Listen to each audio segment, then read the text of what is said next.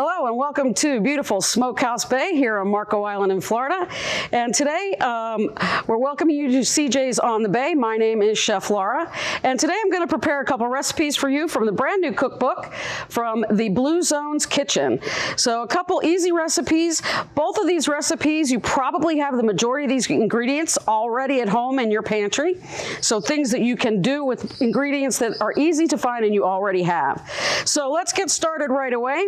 The first thing we're going to do is make dessert because that's the most important part. So we're going to start, we're making the recipe. It is called honey cookies or finikia, if that is the correct pronunciation. I'm not Greek, so I don't know. But we're going to start with the recipe, and it starts with putting all of the wet ingredients into the bowl together. So we have some fresh squeezed orange juice right here, highlighting local citrus today. So we have some fresh squeezed orange juice. And then to add to that, we're going to throw in some honey. And this is local honey. This beautiful amber golden honey is from a local Marco Island apiary. So we're so fortunate to have that available to us here on Marco Island. So the honey goes in with the orange juice. A little bit left in there for me later. That's good. And then we have the juice from a half of a fresh lemon. So again, we're featuring some local citrus in there. And goes the lemon juice. And we have some zest from that lemon as well. So we just took our little rasp, microplane, zested just the yellow off the lemon. And that goes in. And then we just have a little teaspoon here of some vanilla. So vanilla extract or vanilla paste, whichever one that you have available is fine. And then here we have some cognac. You could use rum, you could use a little bit of port, you could use rum. All right, so in that goes. So we have all of our wet ingredients in here.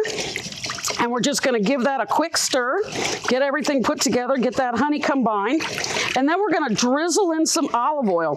This recipe has no eggs, so we don't have to, we are using our baking soda and baking powder to leaven. So, and as our fat for this dish, we have some extra virgin olive oil. So a bit unusual for a cookie recipe. But we're going to drizzle this in almost like we're trying to make a little bit of a vinaigrette here. But we're going to drizzle this in so we have a little bit of an emulsified blend of all of our wet ingredients. So in goes the olive oil. Beautiful. All right, so now we have this lovely emulsification of our wet ingredients. And then we'll take another bowl and we have some all-purpose flour. And then we have our leavening agents, baking soda, baking powder, in they go.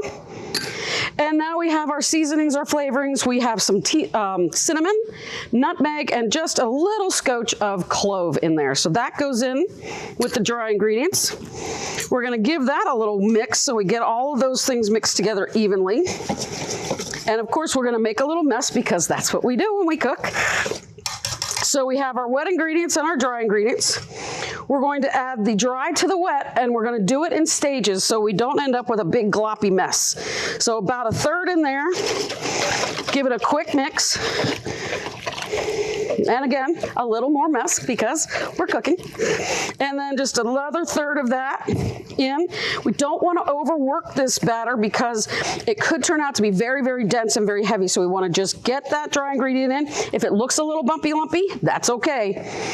It's going to cook out. So now all of the flour is in.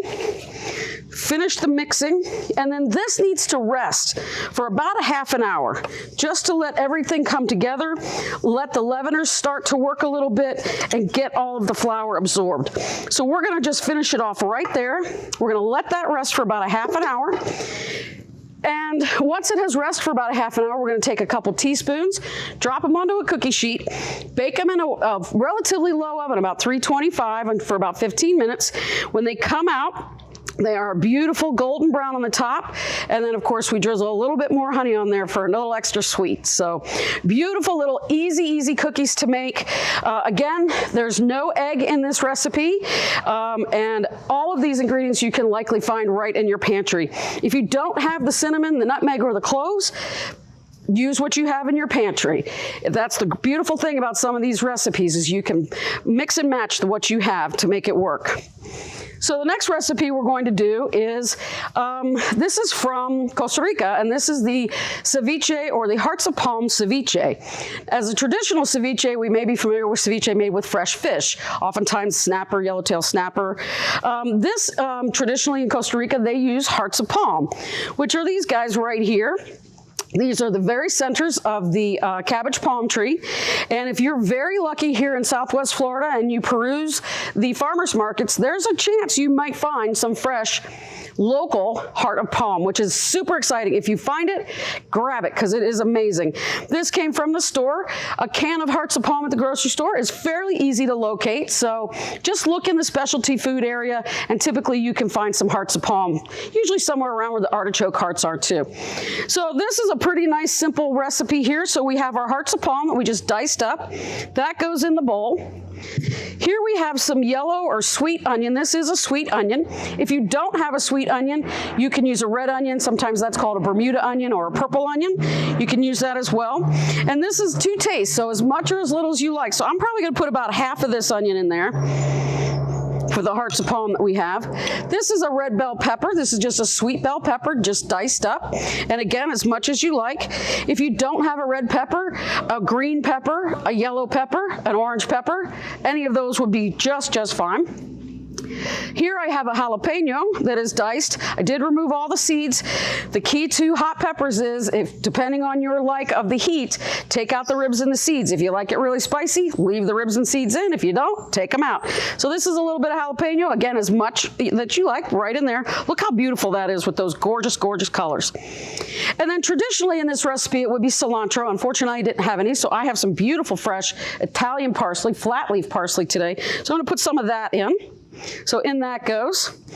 And now we have some fresh lime. And now we're just going to take the lime. I have a fork and my limes, and I'm just going to use my fork. The limes are fortunately seedless. So I'm just going to use my fork to kind of strip the juice out. Put the juice in. It is just gorgeous. It's fresh.